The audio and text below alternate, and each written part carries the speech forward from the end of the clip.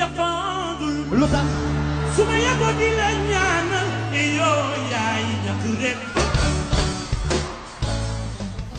Internet sans limite sn.com, bienvenue dans votre émission comme ni ñu koy defee l'accoutumée di dem xool les acteurs et les actrices mais xool tamit les artistes qui sont en train de faire le buzz dans la musique sénégalaise et à ce niveau mesdames et messieurs Internet sans limite sn.com seet naa koo xam ne itam fekk ko ci milieu de répétition vu qu'il est en train de préparer un événement le 27 bii di ñëw et yéen ñëpp di ko wàcc de son vrai nom Wally Ballago Seck le digne héritier de Papa Thione tey moom laa dalal ci demande internet yi moo tax ñu def recherche bu ni mel ñu fekk ko tey penc mi di fiefam fu mu yàgg jouer avec ses fans moom la ñu dalal tey et j'en suis convaincu dinañ waxtaan ci lu bëree bëri mais surtout ce qui est vraiment important là-dessus c'est de décortiquer l'album bi nga xam ne moo di symphonie parce que itam yoon la ñu xam lan la ci wundu yoon la ñu xam titres yi pourquoi et léegi lay doon le temps que ma bàyyi ko moom mu nuyoog les internautes de Sans Limites su ko defee ñu mën a xuus ci waxtaan bi Wally maa ngi lay nuyu. waaw maa ngi nuyu képp ku scotché wu ci internet bi rawatina Sans Limites di leen wax ni je suis avec le maestro parce que maa ngi gis liggéey et des fois ma wàcc ba ci commentaire yi gis ni gars yi ñu ngi lay support ils disent que da nga professionnel da nga am classe c'est bien donc maa ngi nuyu sa gars yooyu vraiment. alors xam nga ñoom nag ñoo ma demandé ne ma il est temps que ñun tamit ñu waxtaan ak yow comme ni ñu koy defee ak artistes yu bëri ak acteurs yu bëri mais chaque chose à son temps. moment bi nag il est temps que ñu waxtaan ci lu bëri bëri mais j'aurais bien aimé ñu daal di waxtaan nag ci symphonie parce que gis nañu album bi ci moment bi nga ko génne muy décembre déjà boo xoolee ci la littérature française symphonie dafa am une définition typiquement ci li jëm la musique mondiale d'une manière générale mais pourquoi étant artiste sénégalais nga jël titre bu ni mel. waaw symphonie moom symbiose la symphonie li ma wax rek góor ak jigéen sax suñu àndee seen kër pour mu neex il faut mu ànd ak symphonie mooy lu ñu boole te du yàq dara symphonie ci musique lañ ko xamee mais c'est vital parce que nit ki sooy dund sa yaram sax su amee lu ci jagadi amatoo symphonie pour sa yaram lépp normal il faut lépp nekk ci symphonie mais comme j'ai choisi le titre symphonie ak suma liggéey ak ñi may liggéeyandool c'est parce que musique bi dafa bëri couleur toutes sortes de tonalités la ñu utiliser ci album bi moo tax symphonie titre bi vraiment il fallait mu ñëw. mais pourquoi amuñu ko ci début parce que au début ñu ngi gisoon ay vocabulaire gis fi xel gis fi apéro mais pourquoi ce moment tey nga génne en décembre 2018 certes nga génne symphonie. parce que le moment tant attendu est arrivé. ah ouais parce que lu nekk dafa am appam te yàlla waxoon na ni moment bii lay am. est-ce que mënuñu gis ni message boo bëgg a véhiculer la boo xam ne moment bi il est temps que loolu génn te Wally génn ko en personne. waykat moom da ngay way rek way moom wax bu ñu sukkar la te moment bi ngay wayee li saf nit ñi ak li naqar nit ñi doo ko sax xam suñ borom mooy xool li ko neex mu def ko lépp ci programme yàlla la à un moment donné tu peux te sentir mature musicalement. Voilà, c'est le mot que je cherchais, mature musicalement. Kon au début la doon def. Tu peux te sentir mature musicalement. Alors que nit ñi gisewuñu ko noonu.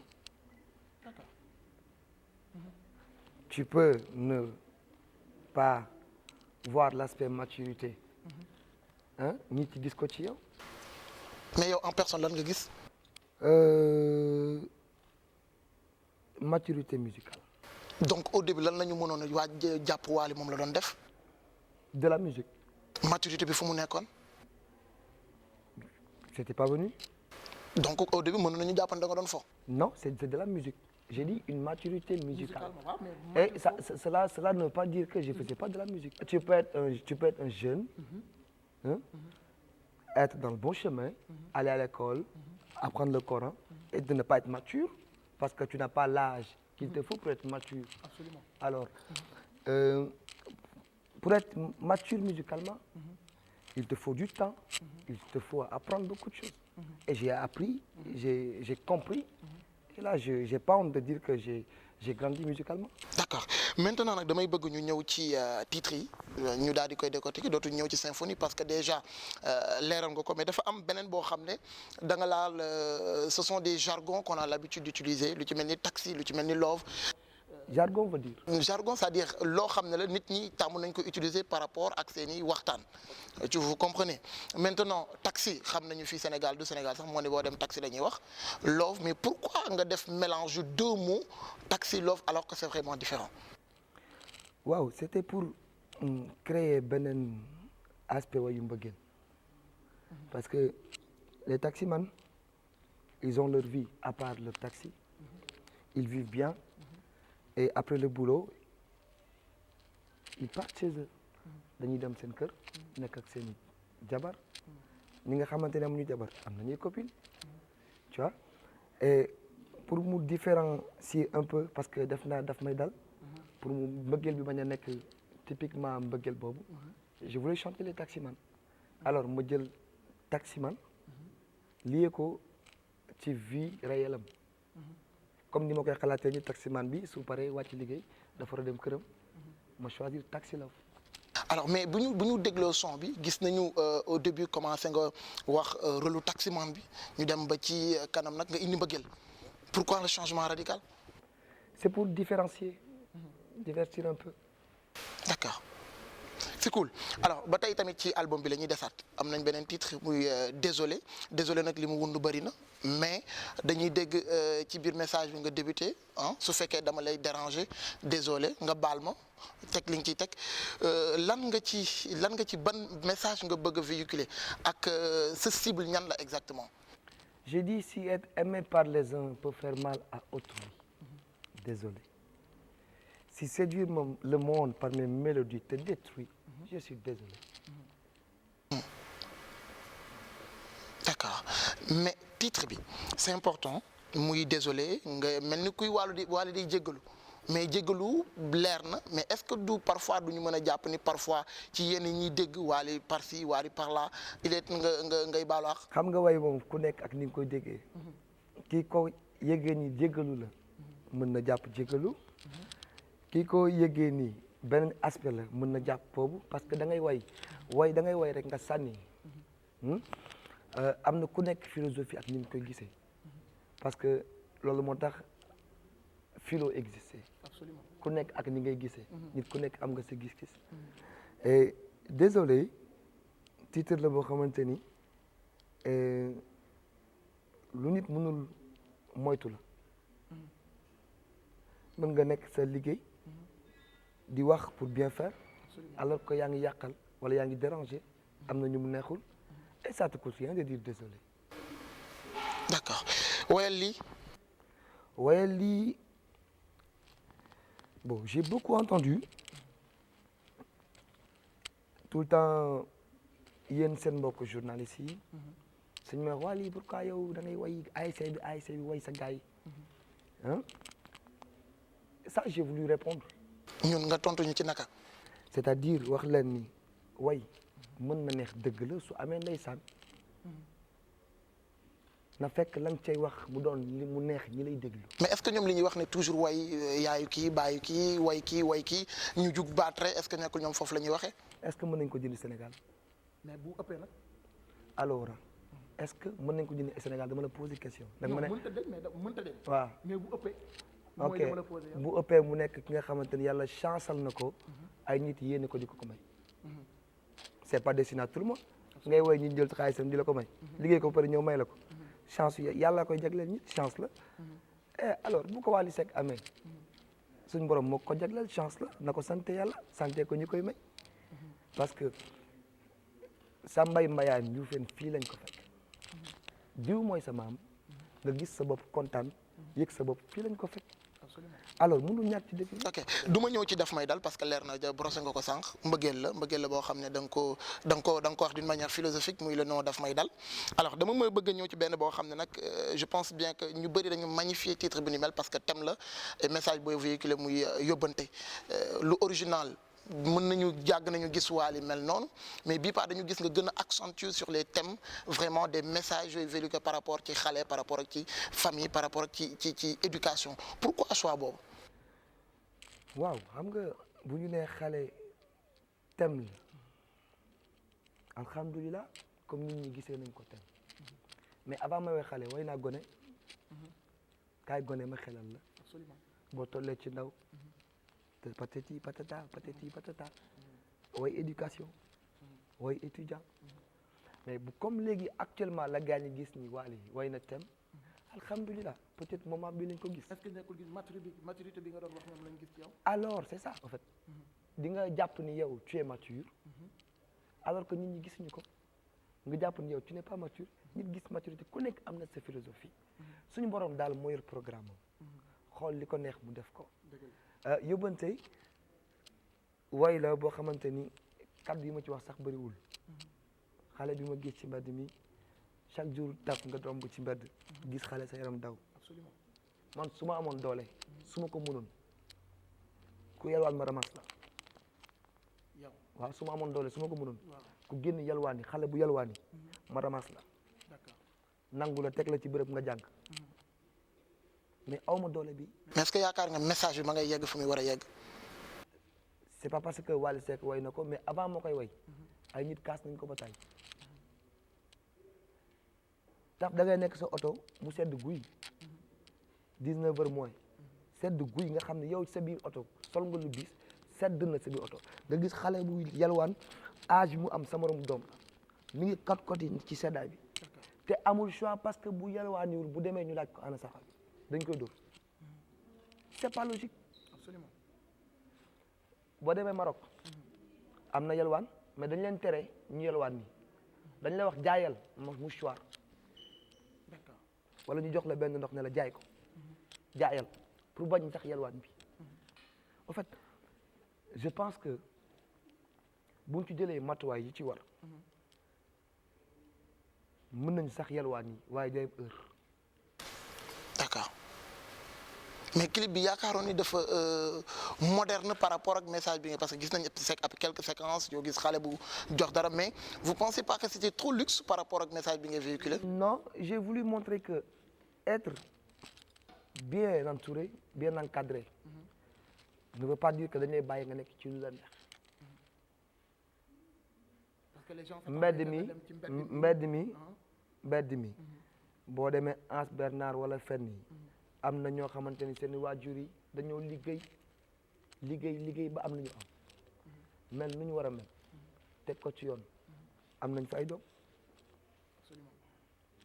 te yar nañ leen fi ñu leen war a yare encadré leen dëgg wala dëgg alors c'est pas parce que dama ko destiné à ce que ñi nga xamante ne dañoo pauvre non nit ki balaa nga am dara pauvre nga woon waaye yàlla dala dimbali ñu lay tataan di la tette ba nga mën a màgg xamal sa bopp nga liggéeyal sa bopp man gis naa un journaliste boo xamante ne SOS la nekkoon fa la màggee di génn di photo ba nekk journaliste alors su fekkee yàlla dafa dogal yow nga nekk si biir kër nga yor sa njaboot di leen tataan waaw am na ñu ko amul ñooñu bu ñu heure jàng jotee xale yi nañuy wàcc oustaz bi ñëw jàngal leen ci kër gi.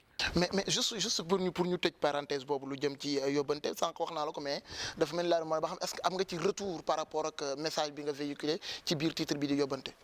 moom la nit ñi gën a bëgg. mais retour bi may wax mooy gis ku ne la kaay ñu liggéey d'une manière sociale ñu jàppale xale yeeg tout ça. non avant yóbbante man moom bëgg naa social te sama jabar da ciy yëngu ma ciy yëngu. am naa ñu ma ciy jàppale bu yàgg. yàlla xam na ko. am na ñoo xam ne jël seen doole di ma ko jox. je vais pas citer de nom. absolument waaw mais bon je vais juste faire un coucou à mon PDG. ak Dage bi nga xamante ne moom mi ngi nekk ministère Matar Ba. ay nit lañ yoo xamante ni dañuy def social. te bëgguñu sax feeñ. absolument alors je pense bien du ma ñëw ci goney Wally xam naa sax waa Wally boo fan si dinañ ma xaw a mere parce que gis nañ li nga ci wax yëpp ça fait plaisir mais dafa am benn titre bu ñëpp magnifié mooy le fait que nga rendre hommage une star de la musique sénégalaise di icône muy feu El Hadji Ndiouga Dieng mais li gars yi di poser question mooy pourquoi le choix de Momo alors que y a Alpha muy aîné bi nga xam ni moom moo fi mu toll ni moo yor famille bi moo yor li nga xam ne moo di lenga bi y a Sabel mi génn récemment Pama Dia mais pourquoi le choix de Momo Dieng exactement. parce que Momo laa gën a yëg. ci ñett ñooñu yëpp Momo nga gën a yëg comment. Momo laa gënoon yëg moment boobu Momo laa yéeg ni moom laa waroon defal duo bi Pama ñoo bokk deret Alpha ñoo bokk deret mais yëg-yëg dafay am na mënoon naa ko waaye ak sama papa génération nag ñu njóg a jeg su ko waaye war na ndax ay deret ñoo bokk deret teg ci sama mbokk la moomu teg ci ñu bokk génération Mapenda Seck idem Ousmane Seck idem mais yëguma leen instant boobu Momo laa gënoon yëg waaye ndoog moom ma approché ko mu yomb ci man ma def ak moom duo bi. alors du ma ñëw ci ñeeño ak yaay parce que itam ñeeño yi Wally bëgg na leen yaay itam duñ ci wax parce que ñëpp ku ci nekk soo doon waykat je pense bien di nga way toujours mel ni yaay bi mais bi album bi génnee nag ñëpp dañ doon xaar benn clip. ñi naan Taxi Love ñi naan daf may dal ñi naan yeneen mais ñu gis Wally dem ba États-Unis tourné fa benn clip boo def d'une manière originale avant yi nekk ci album bi génn pourquoi lool. Don't be afraid. waaw man nag comme man dama am studio sama biir kër. à part sama kër papa am naa fi studio 1 2 3 muy ñaari studio 3 studio yi nekk foofu ak sama kër donc passe-temps bi may def je préfère ma passer ko studio. li ma deful dara je préfère ma passer ko studio wala ma nekk sama gars yi donc su ma nekkee studio damay liggéey rek ji teg alors Don't be afraid dafa nekk loo xamante ni dafa ma soxal surtout pour jeunesse sénégalaise fu waay mën a nekk soo nekkee jeune di sénégalais rawatina nga nekk africain da nga war a gëm ni tout est possible.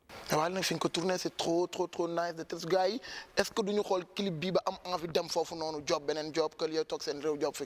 mën na nag ku sa wërsëg nekk Europe bu yàlla tuddee yàlla ku yàlla da ngay dem nit yor na ay millions bëgg dem te mënut a dem. gisoon kon clip bi nga defee ko Sénégal. non c'est pas parce que da nga ci sénégalais que tu chantes typiquement sénégalais ki da nga war a clipé lépp fii. alors dem naa foofu la preuve bi ma demee di way Don't be afraid la morceau bi tudd dama ñëw ba ci métro bi benn tableau ñu bind fa Don't be afraid ma wéeru ci benn panneau ñu def ci hope maanaam espérer alors kon coïncidence am na. absolument donc moo lay wan ni li ma xalaat man moom la américain di xalaat moom la français bi di xalaat égyptien bi xam nga marocain bi ñëpp moom la ñuy xalaat sénégalais bi ku ci nekk bëgg nga sa jeunesse tënk boppam gëm boppam gëm ni vraiment dafa war a am dara. clip bi ak signature maison de disque bu jiitu. clip bi je pense. clip bi moo jiitu est-ce que nekkul marketing ko doon def pour am signature maison de disque. mais moo wax la believe ñu ngi léewtoo pendant presque 7 à 8 mois li ma bëggoon lañ defagul moo tax signé mu woon bi ñu demee ba def li ma bëgg ma signé ak ñoom parce que à un moment donné il faut pas suivre le système il faut essayer de changer le système. Sonko dina la woo si de système bi changement au système bi. ah non ok parce que tubaab yàlla da ko may xel muy liggéey yàlla may ko xel mu structuré wu mais j'en suis persuadé que dem nañ ci ñoom dénk leen suñu bopp au niveau international mais gën ñu xarañ ñu ne fii. donc pourquoi nga dem ci ñoom yëpp parce que on n'a pas le choix pour être bien couvert bien encadré côté digital côté promotion internationale il faut nga am bunt tey su fekkee da nga bëgg way di woo nit ñi ñëw il faut nga am boîte boo tëggee doo dem ci mbedd mi nga teg fa sa orchestre nga jouer ne da ngay fay entrée mun ta nekk il te faut une boîte de nuit wala une salle boo xamante ni foog nga produire un footballeur il faut bu moom terrain am godaas léegi nag godaas bi mooy tubaab bi soit da ngay xaritoog ñoom ngeen di def échange de marchandises nga am sa produit ñu jaayal la ko jël ci seen wàll wala ñu encadrer la ngeen liggéey.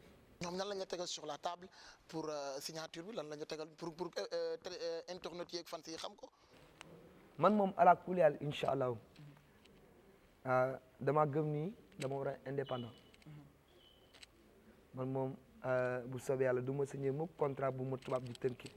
d'accord parce que balaa may nekk Wally Sénégal ñëw ma tete defar ma taataan ma xam nga critiquer ma jàppale ma wan ma ni tu dois faire un choix ma dem ba xam ni buntu la ma ci reyante ba yàlla def li mu def tey. d'accord alors bu tubaab bi ñëwee dafay ànd ak man ci ni ma bëggee mu encadré ma mu defal ma ko noonu parce que man waruñu ma tënk d'accord parce que dama am fii loo xamante ni dama ko soxla muy noyau. mais noyau bu ñu ko waxee mooy da nga bëgg a téye musique bi. mais yow yéene ma yokk ko ba Afrique. yokk ko ba Afrique. alors avant ñuy jeexal lan mooy projet yi certes ñu ngi waajal le 27 Wally kañ nga demaat Bercy. Bercy bu jotee rek fu mu toll nii maa ngi focus ci sama 27 avril.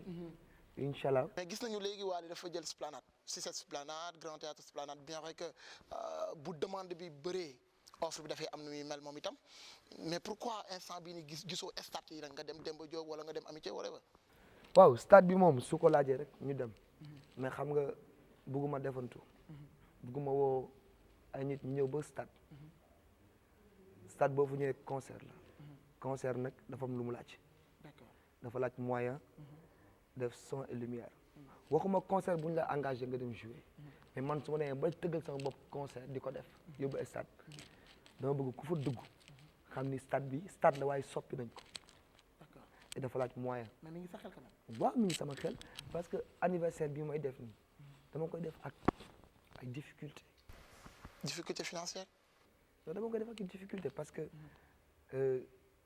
dama gëm ni dina ñëw bu njëkk dama def suma anniversaire gratuit je prenais tout en charge maay def lépp suma poche lay jógee. d'accord di ko def gratuit dem bay def entrée 2000 après ma def 15000 20000 def 20000 30000 dem ba def entrée 200000 tu vois donc level bi dafay yéeg te bu level bi yéegee dépense yi dafay gën a bari. absolument maanaam chapiteaux yi gars yi di lekk rek fortune la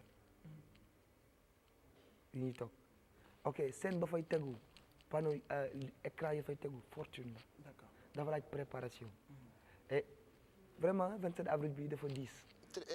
fans yu bëri nee nañ albumu symphonie yu bëri live fu kooku. laalaguma ci dara benn mos laa ci daal waaye lii daf may dal. léegi mën nañu xaal. ku fa ñëw ma gaañ la gannaaw la.